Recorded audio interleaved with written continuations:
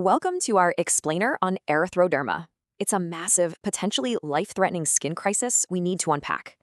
This syndrome doesn't hide. We're talking fiery redness and scaling, covering over 90% of the body. It's way more than a rash. This chronic condition severely disrupts internal organs over months or even years. To solve this puzzle, we investigate 5 culprit groups. These range from drug toxicity to mysterious, unknown origins. Knowing if it's a primary unknown origin or a secondary trigger completely dictates our urgent management strategy. A massive, preventable trigger often hides right in plain sight. I'm talking about severe, widespread drug toxicity. Underlying diseases dictate what we see, like psoriatic nail pitting versus heavy, painful peeling on the feet. But hey, we gotta look deeper. The real systemic danger goes way beyond the superficial skin layers. Patients suffer intensely. We see severe redness, thick shedding, massive swelling, and painful hair and nail loss.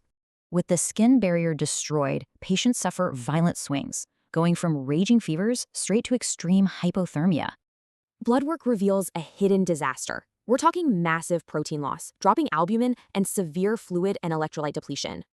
If we don't manage this aggressively, that chronic shedding and fluid loss quickly spirals into lethal systemic complications.